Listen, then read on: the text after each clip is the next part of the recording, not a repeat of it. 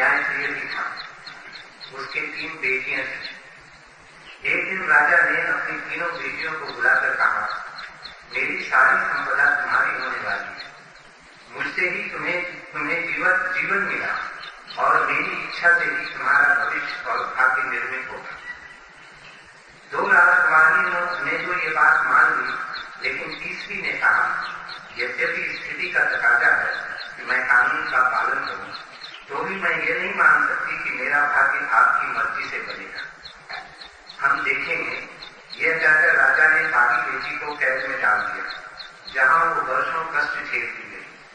इस बीच उसके हिस्से का धन भी बादशाह और वफादार बेटियों ने मिलकर खर्च कर दिया। और तब बादशाह ने स्वयं से कहा, ये लड़की अपनी नहीं, मेरी मर्जी से कैद काट करी। इससे स्पष्ट है कि मेरी इच्छा ही उसकी नियति है। और प्रजा भी राजा की इस राय से राजी थी। बीच बीच में राजा ने बंदी बेटी से अपनी मनमाने के लिए बहुत उपाय किए, लेकिन सारी यातनाओं के बावजूद राजकुमारी ने विचार नहीं बदला।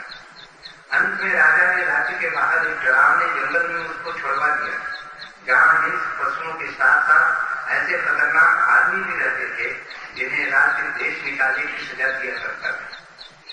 लेकिन जंगल में पहुंचकर राजकुमारी ने पाया गुफा घर है और पेड़ों के फल सोने के थाल वाले फलों जैसे ही। फिर उस जंगल की आजाद जिंदगी का क्या कहना, और उस कुदरती राज्य में कोई भी जो उसके राजा पिता की आज्ञा नहीं मान सकता।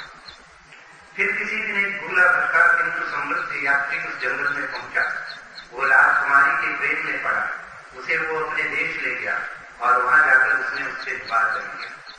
अरसा बाद दोनों उसी जंगल में फिर वापस आए, जहां उन्होंने अपनी बुद्धि, साधन और श्रद्धा के अनुरूप एक नया नगर बसाया। इसकी लयबद्ध जिंदगी में वहां के सारे बहिष्कृत पगले भूलने गए। राजकुमारी और उसके पति उसके प्रधान चुने गए। धीरे धीरे नए राज्य का यश सारी दुनिया में फैल गया और उसके सामने राजकुमारी के पिता का राज्य फीका पड़ने लगा।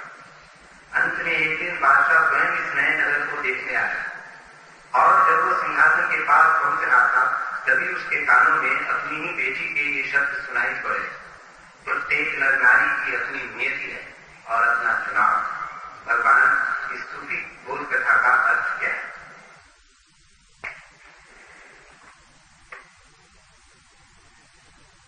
सूफी मत एक बगावत है।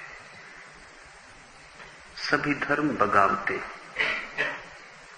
धार्मिक होने का अर्थ ही बगावती होना है। और जो विद्रोह नहीं जानता, वो जीवन के परम सत्यों से सदा वंचित रह जाएगा। भीड़ के पीछे चलने वाला मंदिर तक कभी भी नहीं पहुंच सकता। वो रास्ता अकेले का है। वो मार्ग बीहड़ और निर्जन, और उस मार्ग से गुजरने का अर्थ है कि मैं अपनी नियति अपने हाथ में लेता हूं। मैं अपने जीवन का सारा दायित्व अपने कंधों पर लेता हूं। हम भीड़ के साथ राजी होते हैं क्योंकि वो सुविधापूर्ण है। और धर्म का सुविधा से क्या संबंध? धर्म तपश्चर्या है। हम समाज के पीछे चलते हैं क्योंकि यही आसान है। इसमें उपद्रव कम है, मुसीबत नहीं। भीड़, समाज, समूह, राज्य, राष्ट्र के साथ तुम जितने एक हो जाते हो, उतने ही तुम अपनी निजता को खो देते हो। और धर्म का मूल्य निजता का मूल्य है। तो पहली तो बात ये समझ लेना कि धर्म का अर्थ ही यही होता है कि मैं समाज से अपने को मुक्त करूं। मैं एक अंधे की भांति भीड़ के पीछे न चलूं। भीड़ का एक मनोविज्ञान है और भीड़ के पीछे चलने की बड़ी सुविधाएं हैं। इसलिए तो सारे लोग भीड़ के पीछे चलते हैं। पहली सुविधा तो यह है कि उत्तरदायित्व अपना नहीं रह जाता। कहा जाता है कि अकेला आदमी इतने भयंकर पाप कभी नहीं कर सकता जितना भीड़ में सम्मिलित होकर कर सकता है। अकेला मुसलमान मंदिर को जला नहीं सकता, लेकिन मुसलमानों की भीड़ में मंदिर जलाया जा सकता है। अकेला हिंदू मुसलमानों की हत्या नहीं कर सकता, लेकिन हिंदुओं की भीड़ में व्यक्ति खो जाता। एक एक भीड़ के आदमी से पूछो कि जो तुमने किया क्या वो ठीक था, तो अकेले में वो सहमेगा, शायद कहेगा कि भीड़ के साथ में कर गुजरा, करना ठीक तो नहीं था। भीड़ में तुम अपने से कम हो जाते हो। भीड़ में जो सबसे नीचा आदमी है वो अपने तल पे सभी को खींच लेता है, जैसे पानी एक सतह में हो जाता है। तुम पानी बहाओ तो जो निम्नतम पानी का जल स्थल है वो सारे जल का स्थल हो जाएगा, क्योंकि कोई पानी का हिस्सा ऊपर नहीं रह सकता। तो भीड़ में कभी भी महापुरुष पैदा नहीं होता, हो नहीं सकता, क्योंकि भीड़ में जो आखिरी आदमी है उसके तल पर सभी को आ जाना पड़ता है। महापुरुष सदा एकांत में पैदा होता है, इसलिए महावीर को जंगल जाना पड़ता है, इसलिए बुद्ध को एकांत चुनना पड़ता है, इसलिए मोहम्मद और मूसा को पहाड़ रेगिस्तान में प्रवेश कर जाना होता है। इस दुनिया में जो भी वैभवपूर्ण व्यक्तित्व पैदा हुए हैं, ईश्वरीय जिनकी क्षमता है, वे सब एकांत में जन्मे हैं। भीड़ ने आज तक एक भी महावीर, एक भी बुद्ध, एक भी कृष्ण पैदा नहीं किया। भीड़ क्षुद्र को पैदा करती, क्योंकि भीड़ का नियम तुम समझ लो, वो गणित सीधा है। जैसे पानी अपनी नीचे से नीचे सतह पर आके ठहर जाता है, ऐसे ही भीड़ में चेतना निम्नतम आदमी पर आके ठहर जाती। जब भी तुम भीड़ में जाते हो तो थोड़ा सोच कर जाना। भीड़ से लौट के तुम हमेशा पाओगे कि तुम कुछ खो के लौटे हो। भीड़ में दायित्व खो जाता है, इसलिए बड़ा सुख है भीड़ का, क्योंकि तुम अनुभव नहीं करते कि तुम जिम्मेवार हो। जीवन की सबसे बड़ी कठिन साधना जिम्मेवारी का अनुभव है। जब तुम्हें लगता है मैं रिस्पॉन्सिबल हूं, तब चिंता पैदा होती, क्योंकि जहां दायित्व है वहां चिंता है, तनाव। भीड़ सारा दायित्व अपने ऊपर ले लेती। दूसरे महायुद्ध के बाद नाजी अधिकारियों पर मुकदमे चले, उनके ऊपर खतरनाक अपराध थे। ऐसे खतरनाक अपराध आदमियत के इतिहास में कभी भी किए नहीं गए थे। लाखों यहूदी उन्होंने जलाए थे, लेकिन उन्होंने क्या कहा? उन्होंने ये भी नहीं कहा कि अपराध उन्होंने नहीं किए, उन्होंने कहा हमने तो सिर्फ आज्ञा का पालन किया है। ऊपर से जो आज्ञा मिली हमने उसका पालन किया, हम तो सिपाही। जब तुम आज्ञा का पालन करते हो तब तुम्हारा कोई दायित्व नहीं रहता। इसलिए हम सैनिक को आज्ञा पालन से खिलाते, ओबीडियंस, क्योंकि उससे ऐसे काम करवाने हैं जो कि अकेला अपनी निजता के कारण तो वो कभी ना कर सकेगा। उससे हमें पाप करवाना है, उससे हमें आदमियों की हत्याएं करवानी, उससे निर्दोष बच्चों को जलवाना है, उससे ऐसे सोए नगर पर बम गिरवाने जिनका कोई भी कसूर नहीं। जिस आदमी ने हिरोशिमा पर एटम बम डाला, वो रात बड़े मजे से वापस लौट के सोया। 1,20,000 आदमी जल के राख हो गए, जिनमें से एक आदमी से भी उसकी कोई निजी दुश्मनी न थी, जिनमें से एक आदमी ने भी उसका कभी कुछ बिगाड़ा न था, जिनमें से कोई आदमी से उसका कोई संबंध न था। लेकिन 1,20,000 आदमी क्षण भर में राख हो गए, और ये आदमी आके वापस आराम से सो गया। और जब सुबह पत्रकारों ने उससे पूछा कि क्या तुम रात आराम से सोए, तो उसने कहा निश्चित, क्योंकि कर्तव्य पूरा किया, फिर मैं निश्चिंता के सो गया। इस आदमी को रात इतनी चिंता न जगी। तुम जान के एक छोटे से कीड़े मकोड़े को पैर के नीचे दबा दो तो भी चिंता पैदा होती। चिंता तभी पैदा होती जब दायित्व होता है, जब तुम्हें लगता है मैं जिम्मेवार हूं, जब तुम्हें लगता है मैं जिम्मेवार ही नहीं हूं, ऊपर से किसी ने आज्ञा दी, मैंने पूरी की। और बड़ा मजा यह है कि ऊपर जो बैठा है उसको भी कहीं और से आज्ञा मिलती है। तुम जिम्मेवार आदमी को पकड़ ही नहीं सकते भीड़ में कि कौन जिम्मेवार है। अंततः कौन जिम्मेवार है? कोई जिम्मेवार नहीं। इसलिए दुनिया में इतना महापाप चलता है, और ये महापाप चलता रहेगा जब तक एक एक व्यक्ति अपने कृत्य के लिए स्वयं को जिम्मेवार नहीं समझता।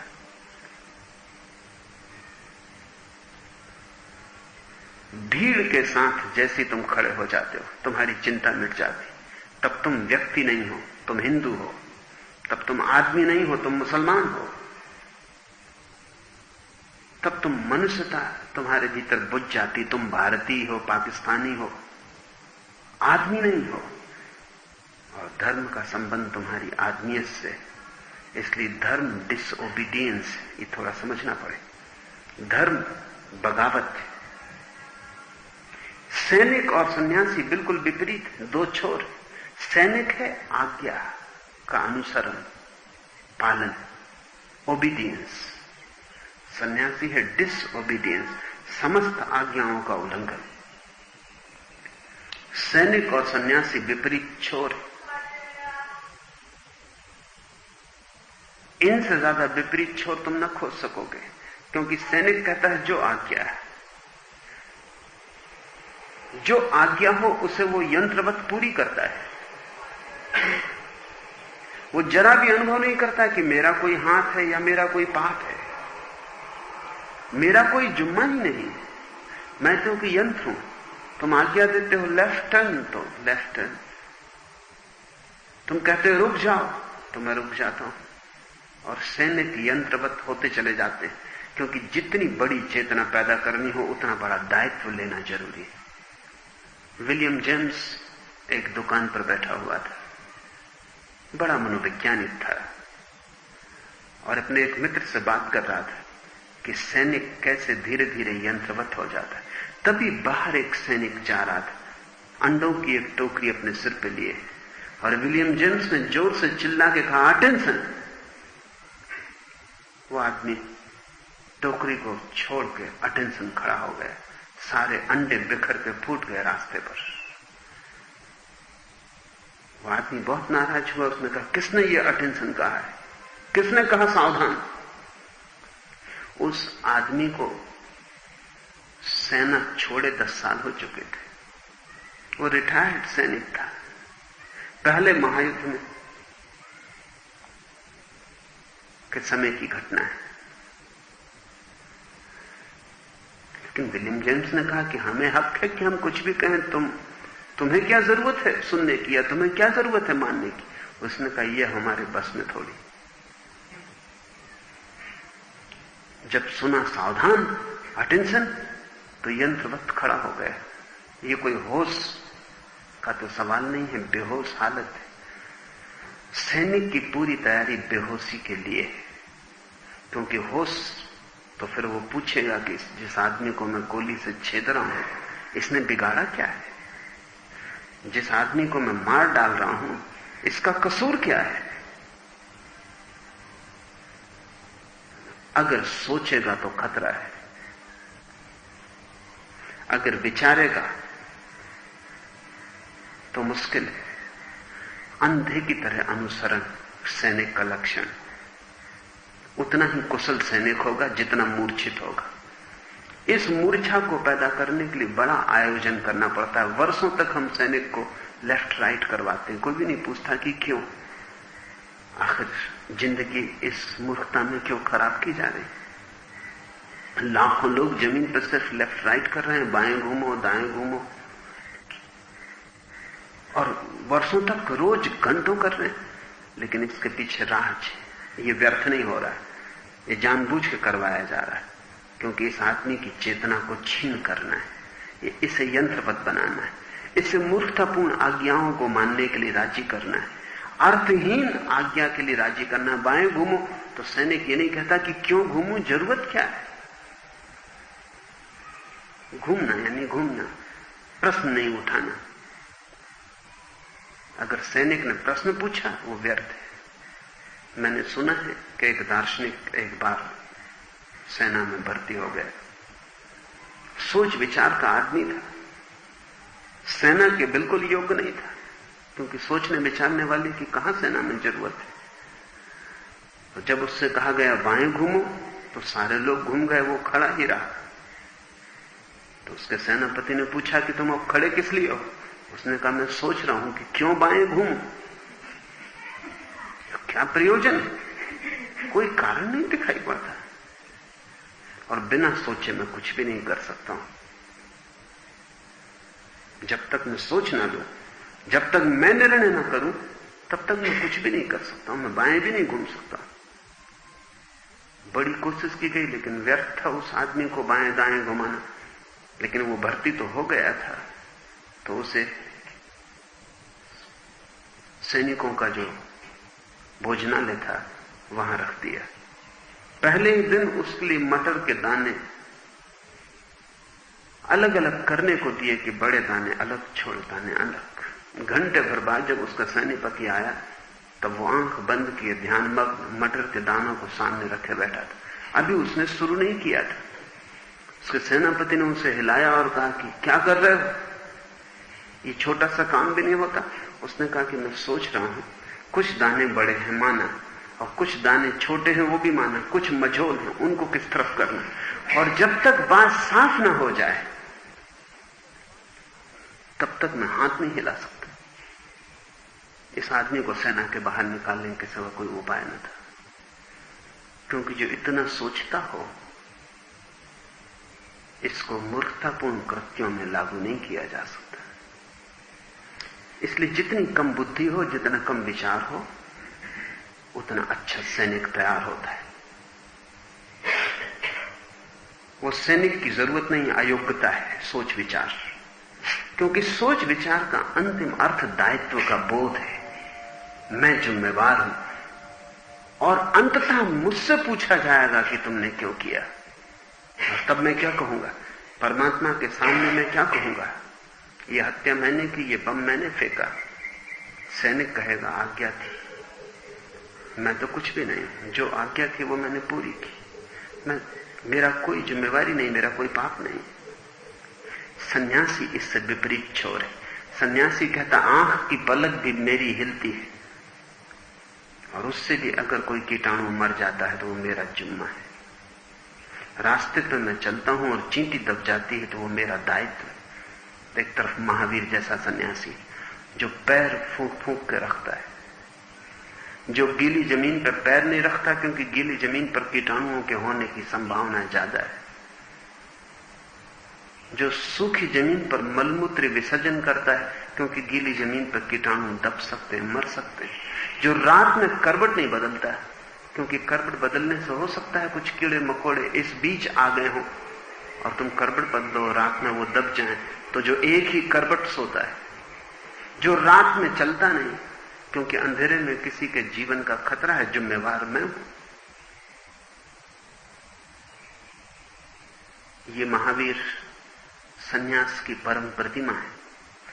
सन्यास का अर्थ हुआ कि सारा दायित्व मेरा है, मैं बहाने नहीं जुटा सकता कि किसी ने आज्ञा दी, क्योंकि अंततः आज्ञा दी ये सवाल नहीं, तुमने मानी ये सवाल है। जिस आदमी ने हिरोशिमा पर बम फेंका, क्या वो ये नहीं कह सकता था कि मैं बम नहीं फेंकूंगा? ये हो सकता था इसका परिणाम होता उसे गोली मार दी जाती, लेकिन ठीक था। मैं गोली से मर जाना पसंद करूंगा, लेकिन 1,20,000 लोगों को अकारण मारने के लिए मैं तैयार नहीं हूं। लेकिन तब यह आदमी सैनिक नहीं होता, सन्यासी हो जाता। तब इस दुनिया के सामने भला यह अपराधी होता, लेकिन परमात्मा के सामने इसकी गरिमा का कोई अंत न था। इस पृथ्वी पर शायद इसे कोई भी न पूछता, लेकिन उस दूसरे लोक में ये प्रथम होता। जीसस ने बार बार कहा है, जो इस जमीन पर प्रथम खड़े हैं समझ के रहना कि मेरे परमात्मा के राज्य में तुम अंतिम हो जाओगे, और जो यहां अंतिम खड़े हैं जिन्हें कोई पूछता नहीं, वे मेरे परमात्मा के राज्य में प्रथम हो जाएंगे।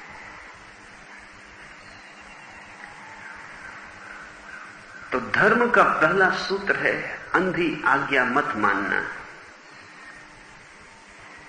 अर्थ हुआ कि दायित्व दूसरे पर मत डालना। आज्ञा मानने में मजा यही है कि तुम जिम्मेवार नहीं हो, तुम दायित्व दूसरे पर डाल देते हो।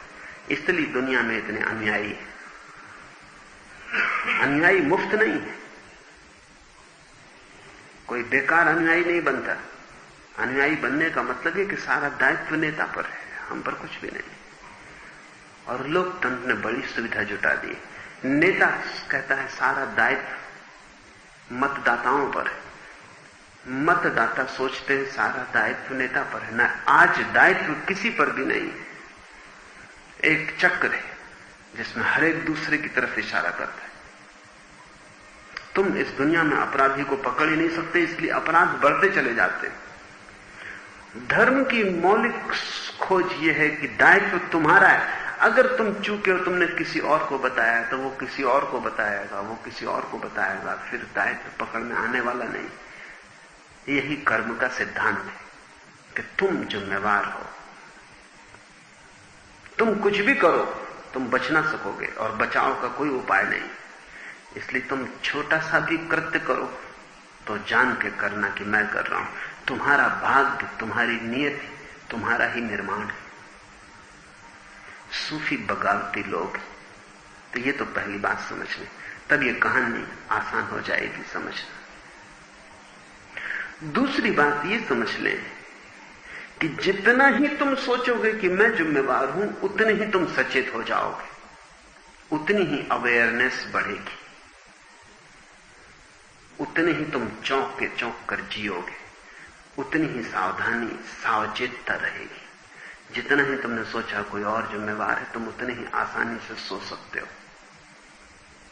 तब कोई भय नहीं। आधुनिक मनोविज्ञान ने दुनिया में अपराध करने के लिए बड़ी सुविधा जुटा दी। इस सदी में जो बड़ी से बड़ी खोजें हुई वो 3 है, और इस सदी में जिन 3 खोजों का बड़े से बड़ा परिणाम हुआ है, वो परिणाम है मनुष्य को सारे उत्तरदायित्व से मुक्त कर देना। एक तो खोज की न्यूटन और उनके साथियों ने कि जगत नियमबद्ध है और नियम यांत्रिक है, अपवाद कोई हो नहीं सकता, नियम के बाहर जाने का कोई उपाय नहीं, और हर आदमी एक अंधा अनुयायी है, चाहे वो जाने और चाहे न जाने। मनुष्य है ही नहीं, मशीन है। अगर तुम यंत्र हो तो कैसी अपराध का भाव, तब तुम्हारी चेतना को कोई पीड़ा नहीं होती। चेतना है ही नहीं, सब यंत्र है, पदार्थ है। फिर दूसरी खोज की फ्रायड ने, और वो खोज ये थी कि जब भी तुम पाप करते हो तो तुम जिम्मेवार नहीं हो। बचपन से तुम्हें जिस तरह तैयार किया गया, वो शिक्षण की पद्धति, माता पिता, परिवार, वे जिम्मेवार है, तुम जिम्मेवार नहीं हो। माहौल, वातावरण जिम्मेवार है, तुम्हारे आसपास की हवा जिम्मेवार है। अगर तुम चोरी करते हो तो तुम कुछ और कर ही नहीं सकते। तुम जिस तरह बड़े किए गए हो, तुम जिस मां के घर पैदा हुए, जिस बाप ने तुम्हें पाला, जिन लोगों के साथ तुमने सीखा, जीवन, बचपन गुजारा, उस सब का इकट्ठा जोड़ है। ये कोई कृत्य नहीं है जो तुम कर रहे हो, ये फूल है जो तुम में लग रहा है, और इसके लिए तुम जिम्मेवार नहीं हो। और तीसरी बात मार्क्स ने कही, और उसने कहा कि समाज की आर्थिक परिस्थितियां हर चीज की अंतिम निर्धारक है। आदमी चोर है क्योंकि गरीब है, बेईमान है क्योंकि भूखा है, शोषण है इसलिए पाप है। और जब दुनिया में कोई शोषण ना होगा तो कोई पाप ना होगा। इन 3 धारणाओं का प्रभाव है कि आज जमीन पर जितने अपराध हो रहे हैं उतने कभी भी नहीं हुए थे, और इन अपराधों के सिलसिले को तोड़ना मुश्किल है, क्योंकि यह अपराधी अपने को अपराधी मानता ही नहीं। महावीर, बुद्ध, मोहम्मद, कृष्ण, जरथुस्त्र, उनकी सारी शिक्षाएं बिल्कुल विपरीत है। वो कहते हैं हर कृत्य के लिए तुम जिम्मेवार हो। और अगर उनके विश्लेषण को हम समझें तो वो कहते हैं तुम जिस मां बाप के घर पैदा हुए वो भी तुम्हारा चुनाव है। वो भी तुम्हारी आत्मा ने चुना कि तुम इस गर्भ को ग्रहण करो, वो भी आकस्मिक नहीं है। तुम जिस समाज में आए वो भी तुम्हारा ही निर्णय है कि तुम ब्राह्मण के घर पैदा हुए कि शूद्र के घर, वो भी तुम्हारी आकांक्षाओं का सम्मिलित फल है। पर जिम्मेवार अंततः तुम ही हो। तुम गरीब हो या अमीर हो तो भी तुम्हारा ही चुनाव है। तुम अंततः केंद्र में हो अपने जीवन के। तुम्हारे सारे कृत्य परिधि पर हैं और तुम निर्णायक की तरह केंद्र में हो। एक लिहाज से तो ये बड़ा खतरनाक भी लगता है और भयभीत करने वाला है, क्योंकि सभी चीज के लिए तुम जिम्मेवार हो तो बड़ी चिंता पैदा होगी। लेकिन दूसरी तरफ से देखने पर यह बड़ी गरिमा की बात है कि तुम ही जिम्मेवार हो। इससे तुम्हारा मूल्य है, तुम कीमती हो और तुम चाहो तो क्रांति कर सकते हो। और सारी दुनिया में क्रांति की जरूरत नहीं है। तुम्हारी क्रांति के लिए तुम अपने को बदल सकते हो। तो एक तरफ से तो चिंता पैदा होती है दायित्व तुम्हारा हो तो, और दूसरी तरफ से तुम्हारी गरिमा प्रकट होती है, महिमा प्रकट होती है। अगर तुम मार्क्स, फ्रायड और अन्यों को मानकर चलते हो, महावीर और बुद्ध के विपरीत, तो चिंता तो तुम्हारी समाप्त हो जाती, लेकिन तुम्हारी गरिमा भी खो जाती। तुम्हें कोई चिंता नहीं है, फिर तुम जैसे हो ठीक हो, लेकिन फिर तुम्हारी महिमा भी क्या है, तुम्हारी स्वतंत्रता भी चली गई। तुम्हारी चिंता के साथ ही साथ तुम्हारी स्वतंत्रता चली जाती, और तुम्हारी चिंता के साथ ही साथ तुम्हारी स्वतंत्रता बढ़ती। तो धार्मिक व्यक्ति प्रगाढ़ चिंता से गुजरता है। कि गॉड ने लिखा है कि जैसी एंजाइटी धार्मिक आदमी को होती वैसी किसी को नहीं होती। उस चिंता के बाद शांति का क्षण आता है, लेकिन वो आता है जीवन की क्रांति के द्वारा। दायित्व दूसरों पर फेंक दे के भी शांति आती, लेकिन वो शांति मरघट की शांति, तुम बचे ही नहीं। तुम दो कौड़ी के हो गए। जिस दिन तुमने कहा कि मेरे कृत्यों के लिए कोई और जिम्मेवार है, उस दिन तुम समाप्त हो गए। उस दिन से तुम्हारा कोई मूल्य नहीं। तो ये दूसरी बात ख्याल में रख लें कि सारे धर्मों का जोर है कि नियति तुम्हारी भाग्य तुम्हारे ही निर्णय का विस्तार है। तुम नियंता हो, तुम मालिक हो, तुम स्वतंत्र हो। तुम जैसे हो बुरे भले तुमने ही बनाया, और तुम चाहो तो बदल सकते हो। और कल जैसा होगा वो तुम्हारे आज के निर्णय पर निर्भर है। कोई दूसरा तुम्हें चला नहीं रहा, तुम अपने ही पैरों चल रहे हो। कोई तुम्हें धक्का नहीं रहा, तुम खुद ही अपनी आकांक्षाओं के बल यात्रा कर रहे हो। तुम्हारी महिमा है, तुम मूल्यवान हो, क्योंकि निर्णय का केंद्र तुम्हारे भीतर है। निर्णय का केंद्र ही आत्मा है। इसलिए मार्क्स और फ्रायड आत्मा को नहीं मान सकते, क्योंकि जब निर्णय का केंद्र ही तुम्हारे भीतर नहीं तो कैसी आत्मा।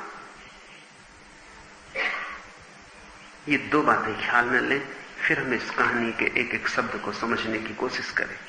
एक बादशाह को ख्याल था कि उसने जो जाना और माना वह सही है। एक अर्थ में वह न्यायप्रिय भी था। जिनके पास भी थोड़ी शक्ति आ जाती है उन्हें यह वहम पैदा होना शुरू हो जाता है कि उन्होंने जो भी जाना और माना वो सही है।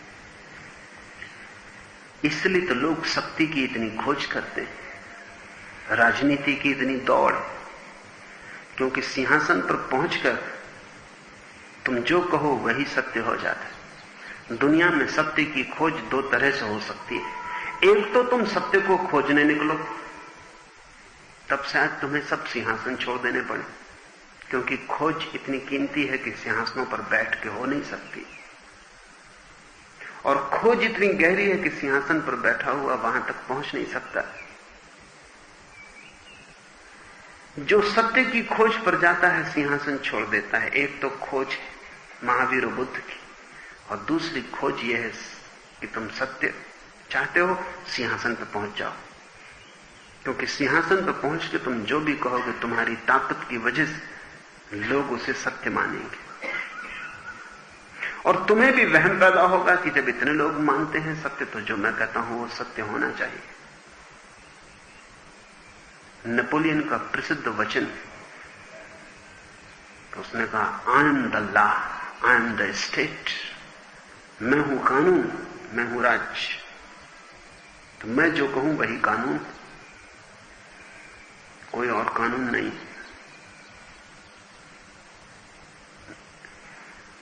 सिंहासन पर पहुंचे आदमी को यह वहम स्वाभाविक हो जाता है कि वो जो कहता है वही नियम। या तो तुम सत्य के अनुसार हो जाओ, और या तुम इतने ताकतवर हो जाओ कि तुम दावा कर सको कि सत्य मेरे अनुसार। बस ये दो ही खोज, राजनीति और धर्म दो ही यात्राएं। इसलिए राजनीतिक कभी धार्मिक नहीं हो पाता, और धार्मिक का राजनीतिक होना असंभव। यात्रा ही अलग है। एक सत्य की खोज है और एक शांति की, एक सत्य की खोज है और एक सिंहासन की। सत्य की खोज में सूली तो भला मिल जाए, सिंहासन कभी भी नहीं मिलता। और सिंहासन की खोज में सिंहासन ही मिलता है, सत्य कभी नहीं मिलता। लेकिन जिसके पास ताकत है वो लोगों को झुका सकता है, मनवा सकता है, और उसकी ताकत के कारण इंकार करना असंभव होगा।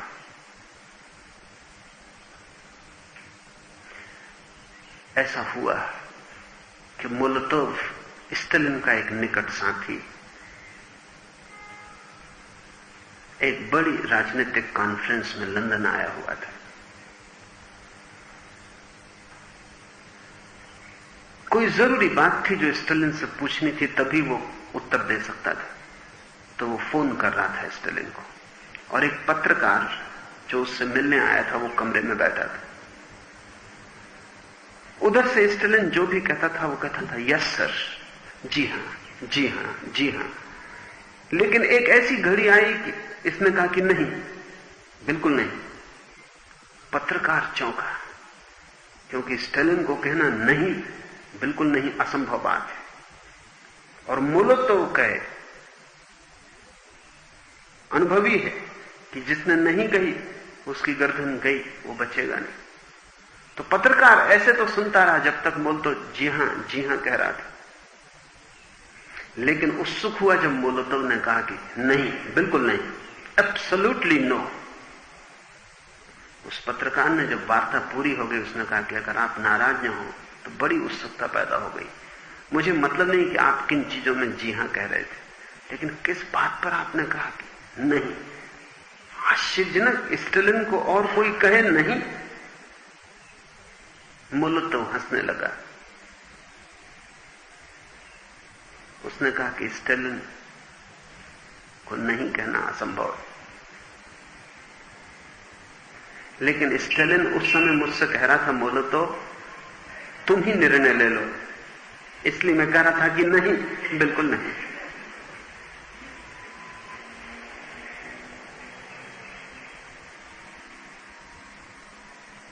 जिसके पास शक्ति है वो तुमसे हां कहलवा सकता है, चाहे वो तुम्हारे हृदय से आए या ना आए, लेकिन वो तुम्हें मजबूर कर सकता है। सिंहासन पर बैठे लोगों को भ्रम हो जाता है कि उनके पास सत्य है। इस सम्राट को भी यही ख्याल था कि जो उसने जाना और माना है वो सही है, इससे कोई इंकार भी नहीं कर सकता था। और एक और खतरा था कि वो आदमी सिंहासन पर ही नहीं था, शक्तिशाली ही नहीं था, न्यायप्रिय भी था। और जब कोई आदमी सिंहासन पर भी हो और साधु हो, तो उससे ज्यादा खतरनाक आदमी नहीं होता। एक तो सिंहासन, उसे सत्य होने का ख्याल। असाधु हो तो तुम जानते हो कि ख्याल है सिर्फ, लेकिन वो साधु भी हो, आदमी अच्छा भी हो, तो बहुत मुश्किल हो जाती। बुरे आदमी के हाथ में ताकत उतनी खतरनाक नहीं, क्योंकि तुम जानते हो कि आदमी बुरा है, और अगर हां भी कह रहे हो तो ऊपर से कह रहे हो, भीतर से तुम इंकार कर रहे हो। लेकिन आदमी अच्छा भी हो, न्यायप्रिय भी हो, तब अड़चन और ज्यादा हो जाती। तब तुम भीतर से भी ना कहने में मजबूर हो जाते हो, नहीं कह पाते। तब तुम्हें सब तरफ से हां कहनी पड़ती। न केवल आदमी शक्तिशाली था, न्यायप्रिय भी था। उसकी 3 बेटियां थी। एक दिन राजा ने अपनी सभी बेटियों को बुलाकर कहा, मेरी सारी संपदा तुम्हारी होने वाली, मुझसे ही तुम्हें जीवन मिला और मेरी इच्छा से ही तुम्हारे भविष्य और भाग्य का निर्माण होगा। 2 राजकुमारियों ने तो ये बात मान ली, लेकिन तीसरे ने कहा, यद्यपि स्थिति का तकाजा है कि मैं कानून का पालन करूं, तो भी मैं ये नहीं मान सकती कि मेरा भाग्य आपकी मर्जी से बनेगा। बुद्ध के पिता ने एक दिन बुद्ध से यही कहा था कि तू मुझसे पैदा हुआ है, और कहा था एक विशेष परिस्थिति में बुद्ध ज्ञानी होकर वापस लौटे गांव। तो बुद्ध के पिता नाराज थे, छोकरा घर छोड़ के भाग गया था, और नाराज थे क्योंकि इकलौता बेटा था, इसका ही सारा साम्राज्य था। और नाराज थे कि जिस परिवार ने कभी भीख नहीं मांगी, लाखों को भीख मंगवाई, लाखों को भीख दी, उसका इकलौता बेटा सड़कों पर भीख मांग रहा था। अहंकार को बड़ी चोट लगी थी।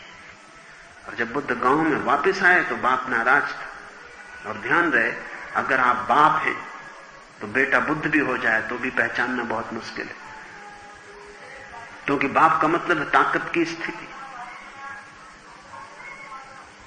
बुद्ध के बाप को दिखाई नहीं पड़ा कि ये बेटा इतना रोशन होकर लौटा है, इतना ज्योतिर्मय होकर लौटा है।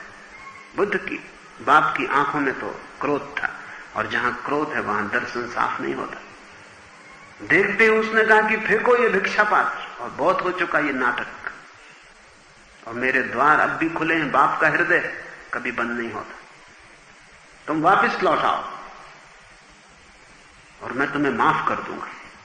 यद्यपि तुमने पाप गहन किया है, माफी के योग्य नहीं, लेकिन करुणा के कारण, प्रेम के कारण, मोह के कारण माफ कर दूंगा। बुद्ध ने कहा, आप गौर से तो देखें, क्योंकि जो बेटा आपका घर छोड़ के गया था वही वापस नहीं लौटा। ये कोई और ही आदमी है जो सामने खड़ा है, क्योंकि मैं आपसे निश्चित कहता हूं वो मर चुका है जो गया था, और जो आया है इससे उसका कोई भी संबंध नहीं। देह शायद एक हो, लेकिन भीतर का निवासी बिल्कुल बदल गया है। मकान पुराना हो, मालिक वही नहीं। आप एक बार गौर से तो देखें। आप मुझे पहचानने की कोशिश करें। बाप ने कहा, मैंने तुझे पैदा किया और मैं तुझे पहचानने की कोशिश करूं। मुझसे भली भांति तुझे कौन जानता है? मेरा ही खून है, मेरी ही हड्डी मांस मज्जा है, और मैं तुझे जानता नहीं। बुद्ध ने कहा, आपने मुझे पैदा किया होगा, लेकिन फिर भी मैं आपसे कहता हूं कि आपने मुझे निर्मित नहीं किया। मैं आपसे गुजरा हूं। आप एक चौराहे थे जिससे मैं पार हुआ। लेकिन क्या आप सोचते हैं जिस रास्ते से यात्री गुजर जाता है वो रास्ता उस यात्री को जान लेता है? आप सिर्फ रास्ता थे जिससे मैं आया हूं।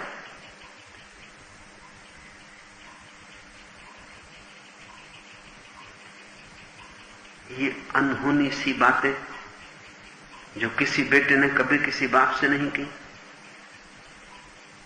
बुद्ध के बाप ने आंखें पहुंची जो क्रोध की वजह आंसुओं से भर गई थी, और गौर से इस युवक को देखा। निश्चित ही जो लड़का घर से गया था ये वही नहीं। इस तीसरी बेटी ने कहा, स्थिति का तकाजा है कि मैं कानून का पालन करूं, तो भी मैं ये नहीं मान सकती कि मेरा भाग्य आपकी मर्जी से बनेगा। आप मेरे पिता हैं, आपने मुझे जन्म दिया है, वो सब ठीक है। ये भी हो सकता है कि आप मेरे अतीत हैं, लेकिन आप मेरे भविष्य हैं, ये मैं नहीं मान सकती। और भविष्य मेरा स्वतंत्र है, वो आपकी मर्जी से बनेगा। मैं यंत्र नहीं, मेरा भी अपना जीवन है, और मैं मृत नहीं, मैं चेतन, मैं एक स्वतंत्र इकाई हूं। ये घोषणा ही आत्मा की घोषणा है। इसलिए महावीर ने परमात्मा को इंकार कर दिया। महावीर ने कहा कोई परमात्मा नहीं है दुनिया में, क्योंकि अगर परमात्मा यानी पिता, तो फिर बेटे की कोई स्वतंत्रता नहीं हो सकती। और अगर परमात्मा ने बनाया है आत्मा को, तो जो चीज बनाई गई है वो कल मिटाई भी जा सकती है। इसलिए फिर आत्मा की कोई शाश्वतता नहीं। और अगर परमात्मा ने ही आत्मा को बनाया है, तो तुम्हारे प्रयास तुम कितने ही करो व्यर्थ है, क्योंकि परमात्मा तुम्हारी स्थिति को कभी भी बदल दे सकता है। तुम कितना ही पुण्य करो वो तुम्हें पाप में डाल सकता है, और तुम कितने ही पाप करो वो तुम्हें पुण्य आत्मा बना सकता है, क्योंकि अंतिम मालिक वही है, उसने तुम्हें बनाया है। परमात्मा को धार्मिक लोग पिता कहते हैं, महापिता कहते हैं। सारी दुनिया में वो प्रतीक है पिता का, वो सोचने जैसा है।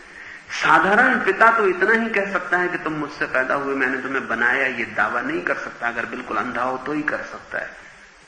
लेकिन अगर परमात्मा पिता है तो वो ये भी दावा कर सकता है कि मैंने तुम्हें बनाया, तुम मुझसे पैदा नहीं हुए हो, मेरे ही निर्माण हो। सारे धर्म यही तो कथा कहते हैं कि उसने मिट्टी की मूर्ति बनाई, फिर श्वास फूंक दी और आदमी निर्मित हो गया। महावीर ने कहा अगर ऐसा कोई परमात्मा है तो मनुष्य की सारी गरिमा खो जाती, क्योंकि तब स्वतंत्रता नहीं है, और तब फिर पाप या पुण्य का कोई अर्थ नहीं। फिर मैं अपने को मुक्त करने की चेष्टा करूं वो भी व्यर्थ है, क्योंकि अगर यही सच है कि कोई भीतर से तागे डाल रहा है और मैं कठपुतली की तरह नाच रहा हूं, तो कठपुतली का क्या स्वतंत्रता?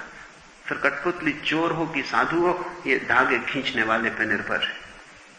फिर सब व्यर्थ हो जाता है। फिर ये पूरा जगत एक मूर्खतापूर्ण कथा है जिसमें कोई सार नहीं। इसलिए महावीर ने कहा परमात्मा नहीं है, बस तुम हो। ये बड़ा सोचने जैसा है। महावीर ने यह कहा कि तुम ही परमात्मा हो। सूफी भी यही कहते हैं, इसलिए मुसलमान सूफियों पर बहुत नाराज रहे। इसलिए मंसूर जैसे सूफी को मुसलमानों ने सूली पर लटका दिया, मार डाला, क्योंकि सूफियों के पास गहरे से गहरा वेदांत, गहरी से गहरी महावीर की वाणी है। सूफियों के पास जो गहरे से गहरा धर्म है वो है गहरे से गहरा धर्म परमात्मा को तुम्हारे भीतर रखता है, आकाश में नहीं। क्योंकि आकाश में अगर परमात्मा है तो तुम परतंत्र हो। परमात्मा तुम्हारे भीतर हो तो ही तुम स्वतंत्र हो, तो ही तुम्हारी मुक्ति कभी संभव है, तो ही मोक्ष का उपाय है।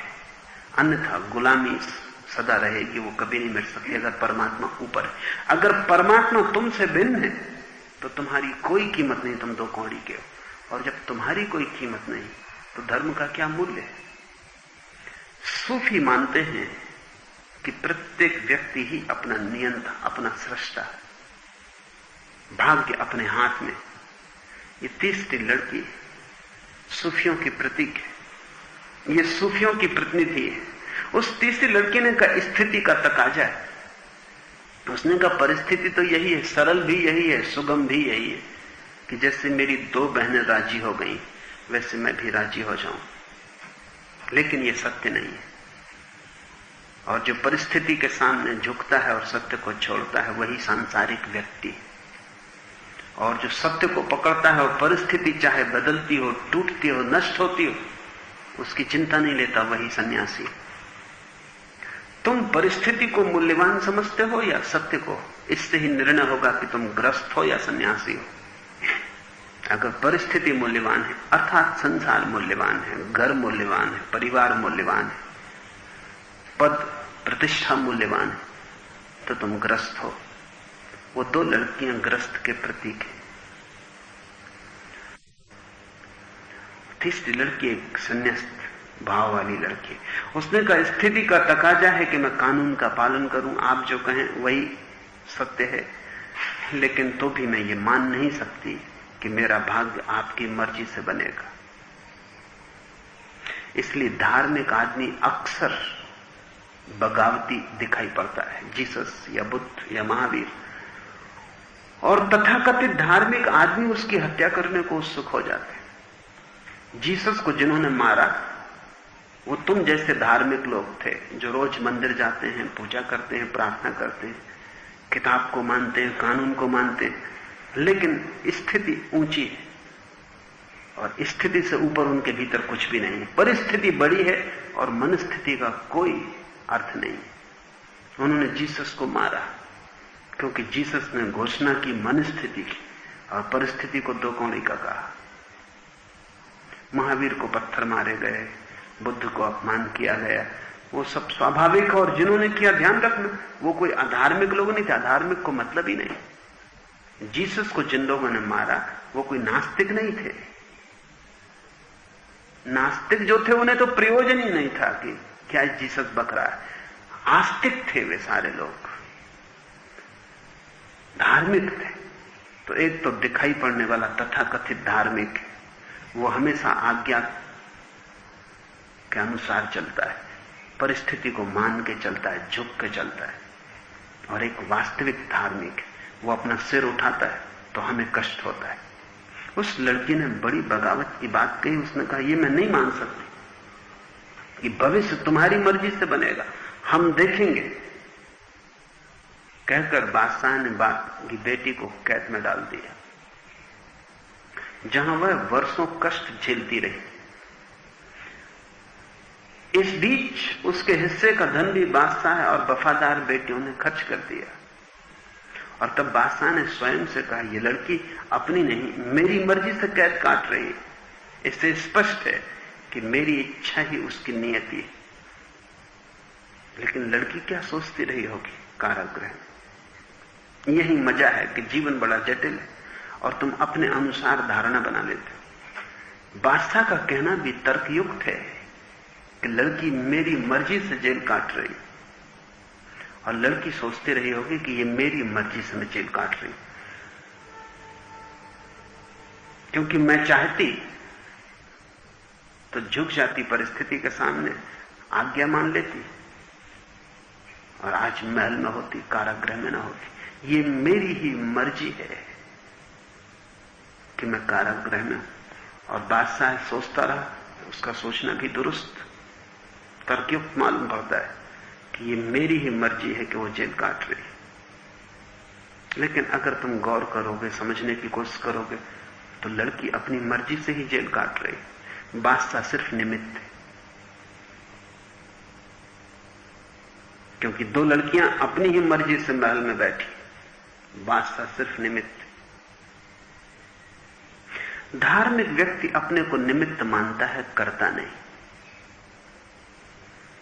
और अगर दूसरों के जीवन में भी उससे कुछ होता है तो वो निमित्त मानता है, करता नहीं। वो कहता है मैं सिर्फ निमित्त हूं।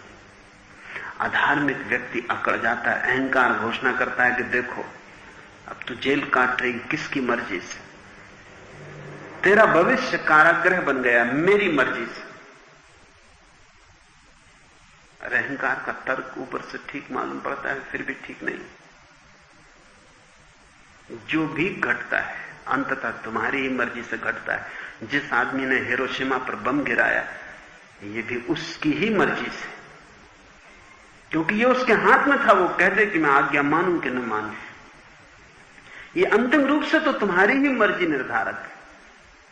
दुनिया कितना ही कुछ कहे, आखिर में तो तुम ही निर्णय लेते हो कि मैं मानूं या न मानूं, मैं जाऊं या न जाऊं।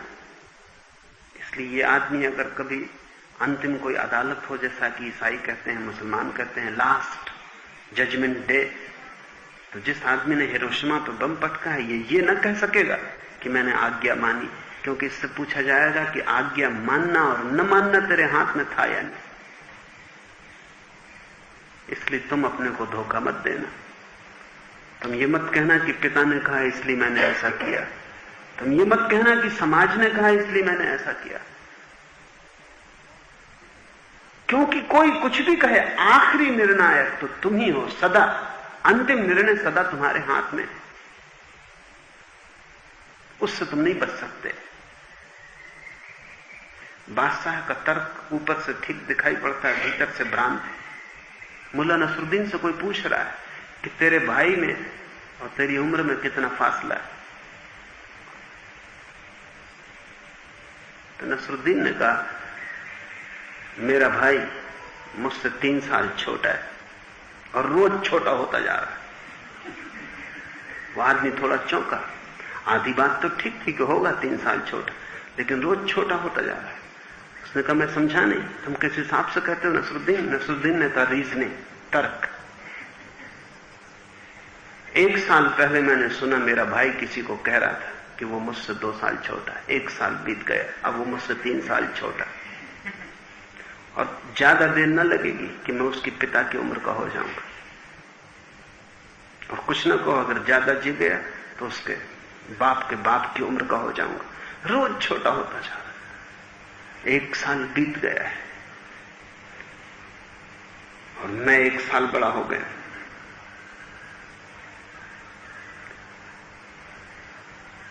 अहंकार के तर्क सिर्फ अपनी तरफ देखते हैं, वो बढ़ रहा है, दूसरा उसकी तरफ कोई सवाल नहीं। राजन ने अपनी तरफ तो देखा कि मेरे निर्णय से ये लड़की पड़ी है कारागृह में, उसने ये न देखा कि इसका ही अपना निर्णय है अंततः, और ये आज राजी हो जाए तो महल में आ जाएगी। वो निर्णय भी उसका ही होगा, मैं निमित्त से ज्यादा नहीं। निरअहंकार पैदा होना शुरू होता है जब तुम देखते हो कि दूसरे के लिए तुम निमित्त हो, सिर्फ अपने लिए करता हो। और जब तुम सोचते हो कि तुम अपने लिए भी करता हो और दूसरे के लिए भी करता हो, तभी भ्रांति खड़ी होती है और अहंकार निर्मित होता है। अपने लिए करता होने में कोई अहंकार नहीं है, वो तो दायित्व है, और जरूरी है कि तुम्हारे भीतर हो, अन्यथा तुम भटक जाओगे, खो जाओगे, खंड खंड होकर गिर जाओगे। तुम्हारे बाद जोड़ने वाली कोई चीज ही ना होगी, कोई सीमेंट ना होगा तुम्हारे भीतर जिससे तुम इकट्ठे खड़े रह सको, तुम बिखर जाओगे। अपने लिए तुम करता हो, तुम्हारा भाग्य तुम्हारा निर्णय, पर दूसरों का भाग्य तुम्हारा निर्णय नहीं, वे अपने करता है। और अगर उनके जीवन में तुमसे कुछ भी संबंध है तो वो निमित्त का है। ये निमित्त शब्द बड़ा कीमती है। निमित्त का अर्थ है कि तुम ना होते तो कोई दूसरा भी यही काम करता है, कोई तीसरा करता है, तुम्हारा होना अनिवार्य नहीं। किसी से भी यही घटना घट जाती। ये लड़की कारागृह में होती, कोई भी बाप होता, बाप का जो भाव है, कर्ता का जो भाव है, अहंकार जो है, उससे इस लड़की की बगावत हो जाती, ये दुख में पड़ती। और प्रजा भी राजा की राय से राजी थी। प्रजा सदा राजा की राय से राजी है, इसलिए प्रजा है,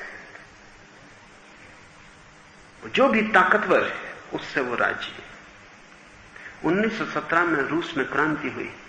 उस क्रांति के पहले रूस दुनिया में अधिक से अधिक धार्मिक मुल्कों में एक था। लोग चर्च जाते, बाइबल रखते, गले में क्रॉस लटकाते। और 1917 में क्रांति हुई और कम्युनिस्ट ताकत में आए और कानून की एक लकीर और सारा रूस नास्तिक हो गया। ये चमत्कार है, ऐसा चमत्कार दुनिया के इतिहास में दूसरा दिखाई नहीं पड़ता। आखिर ये 20 करोड़ लोग जो कल तक धार्मिक थे, चर्च जाते थे, पादरियों पुरोहितों को मारने लगे, हत्या करने लगे, चर्चों को आग लगाने लगे। इन्हीं पुजारियों, इन्हीं पूजा करने वालों ने चर्चों को स्कूल में बदल दिया, अस्पताल बना दिए। सब मूर्तियां ईसा की खो गई, बाइबलें जला दी गई, बीच चौगड़ों पर रखकर होलियां हो गई बाइबलों की। और ये वही लोग थे। ये हुआ क्या? इनकी आस्तिकता कैसी थी? ये आस्तिक नहीं थे। तब जार था, वो आस्तिकता में मानता था, वो अपने को धार्मिक समझता था, उसकी धारणा थी धार्मिक होने की। ये जार के साथ राजी थे। ये तब भी प्रजा थे। फिर जार की जगह लेनिन स्टालिन आ गए। ये नास्तिक थे, ये ईश्वर को नहीं मानते थे, ये चर्च के दुश्मन थे। ये कहते थे धर्म अफीम का नशा है। प्रजा इनसे राजी हो गई। प्रजा सदा राजी होती। प्रजा का अर्थ है जिसका अपना कोई निर्णय नहीं, जहां ताकत हो वो उसके साथ राजी हो जाती। जिसके पास ताकत हो उससे राजी हो जाती। मुल्ला नसरुद्दीन एक सम्राट के यहां नौकर था।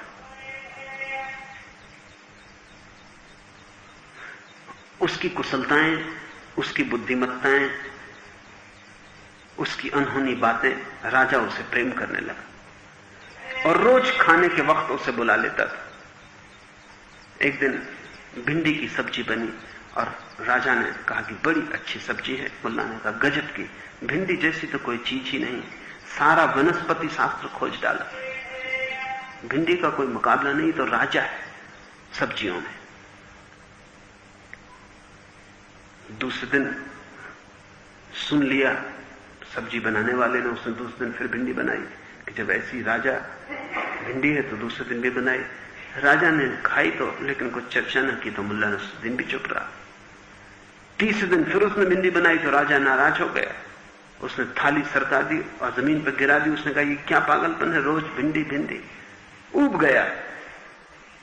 नसरुद्दीन ने उठ के एक लात मारी थाली और कहा भिंडी ये भी कोई खाने योग्य, ये तो जानवरों के लायक। राजा ने कहा नसरुद्दीन, और 2 दिन पहले तो तुमने कहा था ये सब्जियों में राजा है। नसरुद्दीन ने कहा मालिक मैं आपका नौकर हूं, भिंडी का थोड़ी। जहां हवा बहती है उस तरफ हम बहते, हमें भिंडी से क्या लेना है, भिंडी हमें क्या दे देगी। आप जहर की प्रशंसा करो, हम जहर को अमृत कहेंगे। हम आपके साथ हैं चाहे कुछ भी हो जाए, हम आपके नौकर। वो प्रजा, राजा बदल जाता है, प्रजा बदल जाती है, इसलिए प्रजा का कोई भरोसा नहीं, उसकी कोई अपनी धारणा नहीं। बुद्धों का मुल्क, 70 करोड़ लोग बुद्ध थे चीन में, माओ ने बदल डाला। बुद्ध की प्रतिमाएं हट गई, माओ की प्रतिमाएं लग गई। आज बुद्ध का कोई नाम नहीं लेता, आज कोई नहीं कहता नमो बुद्धा है। क्या हुआ? हजारों साल से जिन्होंने बुद्ध की पूजा की थी, जिन्होंने बुद्ध के बड़े से बड़े मंदिर बनाए, 10,000 बुद्धों का मंदिर है चीन में, जिसमें 10,000 प्रतिमाएं बुद्ध की। इतना विराट मंदिर जगत में कहीं भी नहीं, किसी का भी नहीं। जिन्होंने पहाड़ के पहाड़ खोद डाले, सदियों तक श्रम किया, अचानक सब व्यर्थ हो गया। क्या सच में ही ये लोग बौद्ध थे? भ्रांति थी। बौद्ध भिक्षुओं ने इनको बदला नहीं, बौद्ध भिक्षुओं ने सम्राटों को बदल लिया था। सम्राट बौद्ध हो गया, ये लोग बौद्ध हो गए थे, प्रजा राजा के पीछे चली गई। अब सम्राट माओ है, ये सब कम्युनिस्ट। प्रजा के पास अपनी कोई धारणा नहीं, इसलिए प्रजा ने भी कहा कि राजा बिल्कुल ठीक है, राजा सदा ठीक है, जिसके पास शक्ति है वो ठीक है। जब तक तुम्हारे पास सत्य की आकांक्षा ना हो तब तक तुम प्रजा के तल से ऊपर ना उठोगे। जब तुम सत्य की आकांक्षा से भरोगे तब तुम शक्ति से नहीं झुकोगे, तब तुम्हारे पास अपनी धारणा होगी, अपनी जीवन शैली होगी। उसके पहले सब उधार है, उसके पहले राजा के पीछे तुम चल रहे हो, उसके पहले जिसके पास ताकत है तुम उसके साथ। स्टालिन के पास ताकत थी तो स्टालिन भगवान था रूस, फिर स्टालिन की ताकत चली गई, स्टालिन मरा, ताकत विरोधियों के हाथ में पहुंच गई, खुर्शियों के हाथ में पहुंच गई, तो स्टालिन को जहां क्रेमलिन में गड़ाया गया था वहां से लाश हटा दी गई। मरे हुए आदमी की लाश को वापस निकाला, क्योंकि वो बहुत प्रतिष्ठित जगह है, क्रेमलिन का चौराहा जहां लेनिन की लाश है, उसके बगल में स्टालिन की लाश थी, वो हटा ली गई।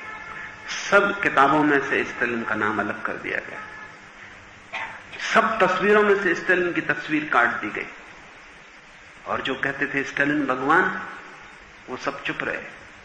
खुर्शियों ने ये सब किया, फिर खुर्शियों की भी तख्ती पलट गई, फिर खुर्शियों की जगह दूसरे लोग ताकत में आ गए, और लोग भूल गए कि खुर्शियों जिंदा है कि नहीं। खुर्शियों एक देहात में, दूर देहात में बिल्कुल गुमनाम जिंदगी जीने लगा।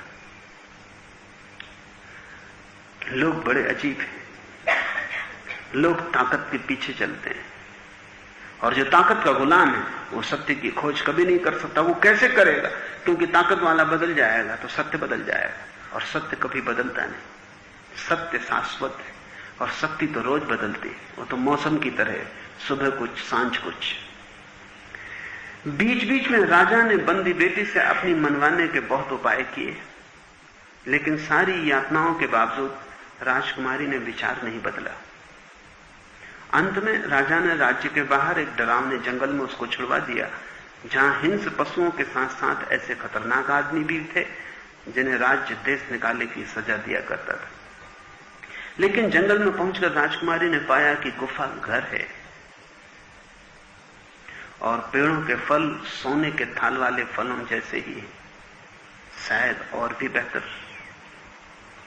लेकिन यह तभी होगा जब तुम्हारे भीतर आत्मा का जन्म शुरू हो जाए। तब सोने वाले थाल में रखे हुए फल से, वृक्षों से गिरा हुआ फल ज्यादा मधुर, ज्यादा ताजा, ज्यादा स्वस्थ होगा। जब तक तुम्हारे भीतर आत्मा नहीं है तब तक फल का कोई सवाल नहीं, सोने के थाल की कीमत। तब तक जीवन का कोई मूल्य नहीं, महल का मूल्य। तब तक प्राण की कोई क्षमता नहीं, सिंहासन का अर्थ है। कारागृह में इस युवती ने यातनाएं झेली। यातनाओं के सामने जो झुक जाए उसकी आत्मा मर जाती, और यातनाओं के सामने जो खड़ा रहे, चुनौती को स्वीकार कर ले, न झुके, उसके भीतर आत्मा का जन्म होता है। ध्यान रखना, यातना बहुमूल्य क्षण है। जब तुम दुख को झेल लेते हो बिना झुके तो दुख तुम्हें महान बना जाता है, और जब तुम दुख से झुक जाते हो, मिट जाते हो, तब दुख तुम्हें तिरोहित कर जाता है।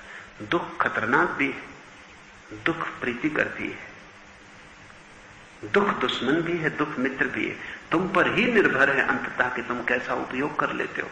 अगर तुम दुख के सामने खड़े रहे और दुख तुम्हें न मिटा पाया तो तुम पाते हो कि तुम्हारे पास इतनी शक्ति, इतनी ऊर्जा आ गई जितनी कभी न थी। इसे तुम छोटी छोटी घटनाओं में भी अनुभव कर सकते हो। जब तुम बीमार पड़ते हो, अगर तुम बीमारी से टूट ना जाओ तो तुम पाओगे कि बीमारी के बाद तुम्हारे पास ऐसा ताजा स्वास्थ्य है जो बीमारी के पहले नहीं था।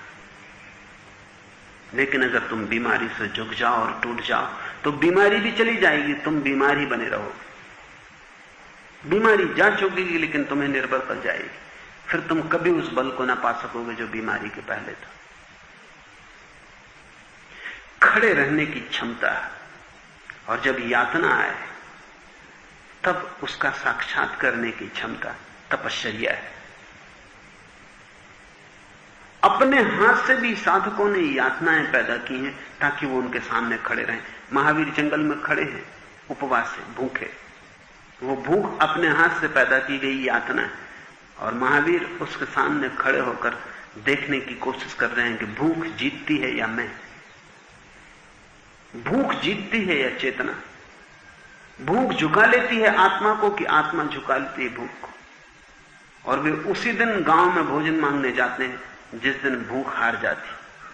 तुम भी गए होते गांव में भोजन मांगने, लेकिन उस दिन जिस दिन भूख जीत जाती तब बड़ा फर्क हो जाता। इसको थोड़ा ख्याल में ले लेना। कभी महावीर 15 दिन बाद जाते हैं गांव में भीख मांगने, कभी महीने भर बाद, कभी 2 महीने बाद, कभी 2 दिन बाद। राज क्या है, कुंजी क्या है, किस दिन वो जाते हैं गांव में? साधारणतः तुम अगर सोचोगे तो यही सोचोगे कि जिस दिन भूख बहुत लगती होगी, जिस दिन न सह पाते होंगे भूख को, जिस दिन भूख इतना सता देती होगी कि रुकना मुश्किल हो जाता होगा, उसी दिन उपवास तोड़ते होंगे। नहीं, अगर तुमने ऐसा समझा तो ये तुम्हारी अपने बाबत खबर है, महावीर के बाबत नहीं। महावीर भीख मांगने जाते हैं, लेकिन उस दिन जिस दिन भूख पक्की पराजित हो जाती, जिस दिन भूख गिरी जाती, जिस दिन भूख मिटी जाती है और जिस दिन आत्मा निश्चल खड़ी हो जाती, उस दिन महावीर गांव में भिक्षा मांगने जाते। उस दिन वो भोजन करते हैं जिस दिन भूख पराजित होती। कभी महीना भर लग जाता उसको पराजित करने में, कभी 2 दिन में भी हो जाती है घटना। इसलिए दिन तय नहीं किए जा सकते, अनेक संयोगों पर निर्भर होगा। वो लड़की यातनाओं को सह गई, उसके भीतर आत्मा पैदा हो गई। आत्मा का अर्थ ही है यातनाओं के सामने खड़े होने की क्षमता, और जिसमें ऐसी क्षमता आ जाए उसके जीवन की दृष्टि बदल जाती। उसे जंगल में गुफाएं घर जैसी प्रीतिकर लगी, शायद ज्यादा प्रीतिकर, क्योंकि कोई घर वैसी स्वतंत्रता नहीं दे सकता जैसी स्वतंत्रता गुफा दे सकती। घर कितना ही घर हो, एक तरह का कारागृह होता है। उसमें एक परतंत्रता तो होती ही है। गुफा परम स्वतंत्र है और जंगल वृक्षों से गिरे हुए फलों की मिठास, उनकी ताजगी और उनका जीवन रस सोने की थालियों से पूरा नहीं किया जा सकता। फिर उस जंगल की आजाद जिंदगी का क्या कहना, और उस कुदरती राज्य में कोई भी तो उसकी राजा पिता की आज्ञा नहीं मानता था, और वहां सभी बगावती थे। ध्यान रहे, अपराधी में और धार्मिक आदमी में थोड़ा सा तालमेल है, क्योंकि धार्मिक भी बगावती होता है, अपराधी भी बगावती, इतना तालमेल है। उनकी बगावत की दिशाएं अलग हैं, लेकिन बगावत एक है। अपराधी भी कानून तोड़ता है, धार्मिक व्यक्ति भी कानून तोड़ता है। अपराधी कानून तोड़ के कानून से नीचे गिर जाता है, धार्मिक व्यक्ति कानून तोड़ के कानून से ऊपर उठ जाता है। ये बड़े भेद हैं, लेकिन कानून को तोड़ने की प्रक्रिया तो है। इसलिए अक्सर ऐसा हो जाता है कि वाल्मीकि जैसा अपराधी क्षण में धार्मिक हो जाता है, अंगुलीमाल जैसा हत्यारा क्षण में बुद्धत्व को उपलब्ध हो जाता है।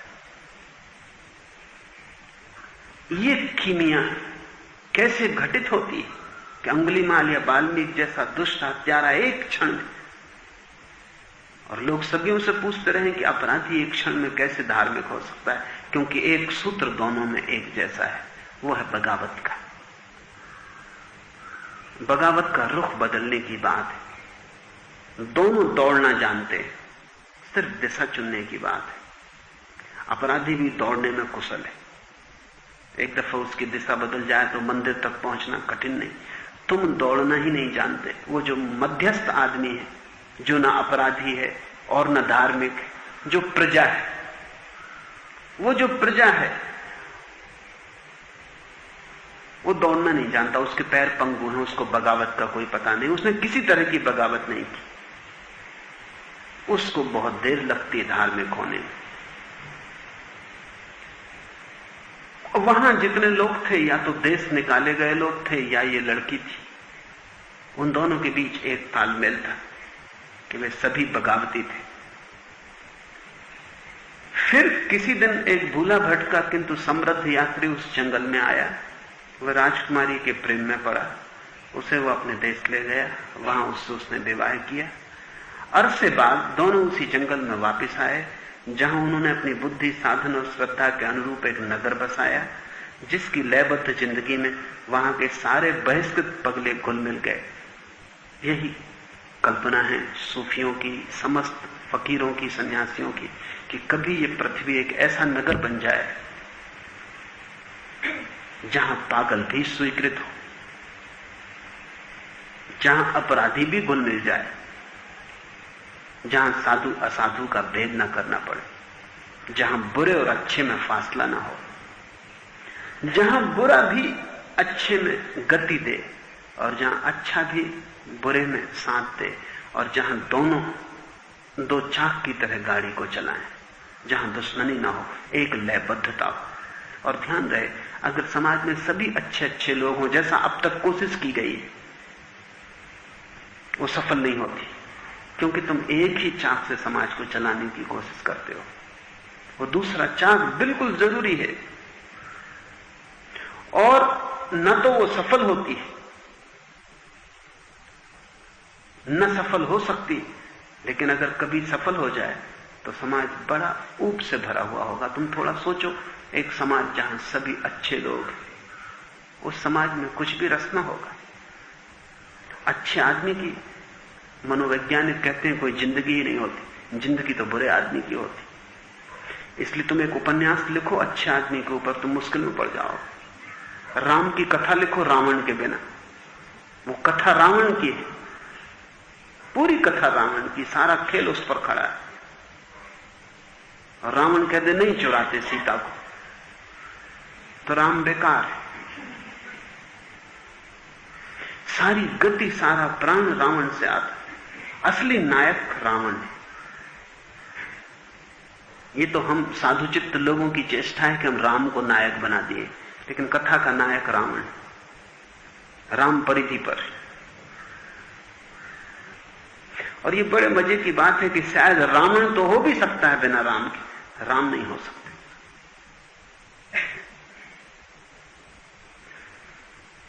कठिन है वो भी नहीं हो सकता। लेकिन शायद इसकी कोई संभावना हो कि रावण राम के बिना हो जाए, क्योंकि हम देखते हैं इस जमीन पर रावण तो बहुत हैं, राम दिखाई नहीं पड़ते, लेकिन राम नहीं हो सकते। और राम की जिंदगी में क्या बचता है? रावण को हटा दो, कुछ नहीं बचता, कोई कथा नहीं बन सकती। इसलिए उपन्यास जिनको लिखना होता है बुरे आदमी के बिना नहीं लिख पाते। और अगर अच्छा आदमी तुम्हारे पास हो, चर्चा में भी मजा ना आएगा उससे, क्योंकि बात उसकी सब साधारण है, अच्छी। अच्छे आदमी की जिंदगी में नमक नहीं होता, और नमक के बिना कोई स्वाद नहीं है। नमक स्वाद है। बुरे आदमी में नमक होता है, तेजी होती, वो चाहे तिक्त और कड़वा भी कभी क्यों ना हो, लेकिन एक गरिमा होती। सूफियों की, धार्मिकों की जो कल्पना है वो ऐसे समाज की नहीं जहां अच्छे आदमी बचे और बुरे समाप्त हो जाएं, क्योंकि वो समाज तो बेरौनक होगा, उबाने वाला होगा। बर्ट्रैंड रसल ने ठीक ही कहा कि मैं स्वर्ग न जाना चाहूंगा, क्योंकि वहां कहते हैं सभी साधु संत पहुंच गए, वहां जिंदगी बड़ी बोर्डम होगी। नरक में थोड़ा रस भी हो सकता है, क्योंकि वहां गजब के लोग हैं। जिनको ईश्वर को भी नरक भेजना पड़ता है वो आदमी गजब के ही है। जिनको क्षमा करने का उस महाकरुणावान को भी उपाय नहीं है, जिनकी बगावत बड़ी गहरी है। नरक में जरूर गजब के घटनाएं घटती होंगी, कि सभी उपद्रवी वहां इकट्ठे हैं। स्वर्ग में क्या घटता होगा? वहां लोग अपनी अपनी सिद्ध सलाहों पर बैठे होंगे और एक दूसरे को देखते होंगे कि वो अपनी सिद्ध सलाह पर बैठा, हम अपनी सिद्ध सलाह। ये उबाने वाला हो जाएगा और कहते हैं ये शाश्वत है। तो रसल ठीक कहता है, उसकी बात में जान है, अर्थ कि स्वर्ग में न जाना चाहूंगा, वहां सब भले आदमी जा चुके हैं। तुमने कभी भले आदमी में कोई जिंदगी में रस देखा? भले आदमी की जिंदगी में रस असंभव। तुम्हें बुरा आदमी हंसता हुआ नाचता हुआ मिल जाए, भला आदमी हमेशा लंबे चेहरे का और उदास होगा। भले आदमी से दोस्ती तक करनी मुश्किल है, वो दोस्ती के योग्य भी नहीं होता। सूफियों की, ज्ञानियों की कल्पना इस जगत को भले आदमियों का जगत बनाने की नहीं है, इस जगत में एक ऐसी लयबद्धता लाने की, एक ऐसी रिदम पैदा करने की है जहां बुरे और भले में विरोध न रह जाए, जहां बुरे और भले एक दूसरे के परिपूरक हो, कॉम्प्लीमेंटरी हो। और एक ही स्वर से तो संगीत पैदा नहीं होता, अनेक स्वर चाहिए। और एक ही रंग से तो कला निर्मित नहीं होती, अनेक रंग चाहिए। और एक ही रंग का होगा स्वर्ग तो बेरौनक होगा। लेकिन सभी रंग दो ढंग से हो सकते हैं। एक तो हो सकता है कि सभी स्वर एक दूसरे के विपरीत हों, तब कोलाहल पैदा होता है। बाजार प्रतीक है जहां सभी स्वर चल रहे हैं, लेकिन एक कोलाहल है। फिर एक संगीतज्ञ, एक ऑर्केस्ट्रा, वहां भी न मालूम कितने स्वर चल रहे हैं, 50 संगीतज्ञ, और सबके बीच एक लयबद्धता है, एक रिदम। ऑर्केस्ट्रा और बाजार, ये दो स्थितियां हैं। अभी संसार बाजार है। धार्मिकों की कल्पना है कि कभी ऑर्केस्ट्रा बने, वहां हम बुरे का भी उपयोग कर लेंगे, उसको मारेंगे नहीं, काटेंगे नहीं, जेल में नहीं फेंकेंगे। उसका नमक बड़ा कीमती है, वो स्वाद देगा जिंदगी को। उसकी बगावत बड़ी मूल्यवान है। उसकी बगावत मनुष्य को त्वरा देगी, गति देगी, क्षमता देगी। हम उसकी बगावत को आत्मघात न बनने देंगे, हम उसकी बगावत को आत्मक्रांति बना लेंगे। और फिर अरसे बाद दोनों उसी जंगल में वापस आए जहां उन्होंने अपनी बुद्धि, साधन और श्रद्धा के अनुरूप एक नगर बसाया, जिसकी लयबद्ध जिंदगी में वहां के सारे बहिष्कृत पगले घुल मिल गए। राजकुमारी, उसके पति, उसके प्रधान चुने गए। धीरे धीरे नए राज्य का यश सारी दुनिया में फैल गया और उसके सामने राजकुमारी के पिता का राज्य फीका पड़ने लगा। जहां बुरे और भले में जोड़ हो जाए, वहां भला उसके सामने बिल्कुल फीका पड़ने लगे। राजकुमारी का पिता न्यायप्रिय आदमी था, उसने बुरे लोगों को काट के जंगल में फेंक दिया था, कारागृहों में डाल दिया था। उसने भले लोगों को बचाया था, बगावत के सब अंश तोड़ दिए थे, सब अंकुर दबा दिए थे। वो राज्य अच्छा था लेकिन बेरौनक होगा। और जब ये संगीतबद्ध ऑर्केस्ट्रा पैदा हुआ, जहां पागल भी बहिष्कृत न था, स्वागत था उसका भी, हम उसके पागलपन का भी उपयोग कर रहे थे। जहां हमने बुराई का भी सृजनात्मक उपयोग कर लिया था, उसके सामने उसका राज्य फीका पड़ने लगा। अंत में बादशाह स्वयं एक दिन इस नए नगर को देखने आया, और जब वो सिंहासन के पास पहुंच रहा था, तभी उसके कानों में अपनी ही बेटी के ये शब्द सुनाई पड़े, प्रत्येक नर नारी की अपनी नियति है और अपना चुनाव। अगर एक अच्छी दुनिया बनानी हो तो उसका सूत्र यही होगा कि प्रत्येक व्यक्ति की अपनी नियति है और अपना चुनाव। अगर एक अच्छी दुनिया बनानी हो तो वो भीड़ पर नहीं बनेगी, प्रजा पर नहीं बनेगी। अगर अच्छी दुनिया बनानी तो प्रत्येक व्यक्ति की गरिमा पर बनेगी। आज जो दुनिया है उसमें गरिमा छिन जाती, बचती नहीं। सब तरफ गरिमा छीनने वाले लोग हैं। बाप बेटे से छीन रहा है, पत्नी पति से छीन रही है, मालिक नौकर से छीन रहा है। ताकत जिनके पास है वो ताकतहीनों से छीन रहे हैं, जिनके पास धन है वो निर्धन से छीन रहे हैं। सब तरफ छीना झपट, गरिमा छीनी जा रही। किसी को भी व्यक्ति होने का मौका नहीं, और किसी को आज्ञा नहीं है कि तुम वही हो जाओ जो तुम होने को पैदा हुए। किसी को स्वयं होने की सुविधा नहीं। सब तरफ धक्के दिए जा रहे हैं कि तुम कुछ और हो जाओ। मैंने सुना है एक नाटक के शुरुआत में एक छोटा सा कुत्ता बड़ा प्यारा कुछ खेल दिखा रहा था। उसने कई संगीत की धुनें पैदा की, उसने कई गीतों की कड़ियां गुनगुनाई, और लोग बड़े आनंदित हुए, चकित हुए, क्योंकि कुत्ता इतना गजब का काम कर रहा था। और तभी बीच में सभी लोग चौंक गए। एक बड़ा कुत्ता झपट के आया पर्दे के पीछे से, छोटे कुत्ते की गर्दन उसने मुंह में ली और उसे लेके बाहर जाने लगा। जाते जाते छोटे कुत्ते ने चिल्ला के कहा कि ये मेरी मां है, और वो चाहती है कि मैं नाटक में काम न करूं, मैं एक डॉक्टर हो जाऊं। यहां मां धक्का दे रही है, बाप धक्का दे रहा है, स्थितियां धक्के दे रही हैं कि तुम ये हो जाओ, तुम ये हो जाओ, तुम ये हो जाओ। कोई भी राजी नहीं है कि तुम वही हो जाओ जो तुम्हारी नियति हो। तुम जो होना चाहो हो जाओ, ऐसा कोई भी नहीं कह रहा है। इसलिए सब स्वतंत्रता झूठी है। स्वतंत्रता का एक ही अर्थ हो सकता है, गहरे से गहरा अर्थ, कि प्रत्येक व्यक्ति को स्वयं होने की सुविधा। अब तक जमीन पर ऐसी स्वतंत्रता आई नहीं। अभी तक जितनी स्वतंत्रताएं आई वो सब नाम मात्र को है, क्योंकि चेष्टा जारी रहती तुम्हें कुछ बनाने की। और जिनको हम अच्छे लोग कहते हैं, जो स्वतंत्रता के लिए लड़ते हैं, उनकी भी चेष्टा होती कि तुम कुछ बनो उनके हिसाब से। सद्गुरु वही है जो तुम्हें इतनी स्वतंत्रता दे कि तुम वही बन जाओ जो तुम्हारे भीतर छिपा था वो प्रकट हो, जो तुम्हारे बीच में था वो तुम्हारे फूल तक आ जाए। तो पिता ने ये शब्द सुने अपनी ही बेटी के कि प्रत्येक नर नारी की अपनी नियति और अपना चुनाव, अपना भाग्य, अपनी स्वतंत्रता, और प्रत्येक व्यक्ति अपना मालिक है। लेकिन तुम दूसरों के मालिक होने में लगे हो, इसलिए अपने मालिक कब हो पाओगे? शायद तुम दूसरों के मालिक होने में इतना रस इसीलिए ले रहे हो कि तुम अपने मालिक नहीं हो पाए हो। जो व्यक्ति अपना मालिक हो जाता है वो दूसरे की मालिकियत में रस नहीं लेता। वो क्यों व्यर्थ पंचायत लेगा?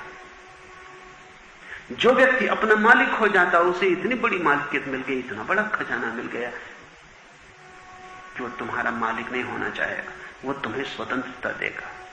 इसलिए आत्मवान व्यक्ति ही दूसरों को स्वतंत्रता दे सकते हैं। आत्महीन व्यक्ति दूसरों की स्वतंत्रता छीनते हैं, वे दूसरों को भी आत्महीन बनाते हैं, वे दूसरों से भी रौनक छीन लेते हैं, नष्ट कर देते हैं। लेकिन यही हो रहा है, हम सब एक दूसरे के पीछे पड़े, और जब तक तुम दूसरे के पीछे पड़े हो तुम भटकोगे। तुम अपने पीछे पड़ो, वहीं से साधना शुरू हो जाती। और स्मरण रखो कि प्रत्येक कृत्य के लिए तुम ही जिम्मेवार हो, और अंतिम गवाही में तुम्हारे अतिरिक्त कोई जिम्मेवार नहीं होगा तुम्हारी जिंदगी के लिए। अगर तुम अंधेरे में गए तो तुम ये ना कह सकोगे कि मेरी पत्नी ने मुझे रोशनी में न जाने दिया। अगर तुम भटके तो तुम ये ना कह सकोगे कि क्या करूं, घर गृहस्थी थी, भटकना पड़ा, परिस्थिति की मजबूरी भी थी। कोई मजबूरी नहीं है और कोई परिस्थिति नहीं है, क्योंकि तुम जिस चीज के लिए भी राजी हो तुम ही राजी हो। वो परिस्थिति तुम्हारी बनाई हुई है और तुम चाहो तो उस परिस्थिति के बाहर हो सकते हो। कोई तुम्हें रोक नहीं रहा है। आकाश सदा खुला है और अगर तुम पिंजड़े में बंद हो तो ध्यान रखना, पिंजड़े का दरवाजा किसी ने बंद नहीं किया, तुम्हें भीतर से बंद किए हुए हो। अक्सर तो ऐसा हो जाता है कि अगर तुम पिंजड़े को खोलो तोते के और उसे बाहर निकालना चाहो तो वो बाहर निकलने नहीं, तड़फेगा, चिल्लाएगा, शोरगुल मचाएगा, सींचों को पकड़ेगा भीतर के, क्योंकि वो आदी हो गया, वो उसका घर है। परतंत्रता तुम्हारा घर है तो तुम धार्मिक नहीं हो सकते। स्वतंत्रता के आकाश में ही धर्म खिलता है, फलता फूलता है। आज इतना ही।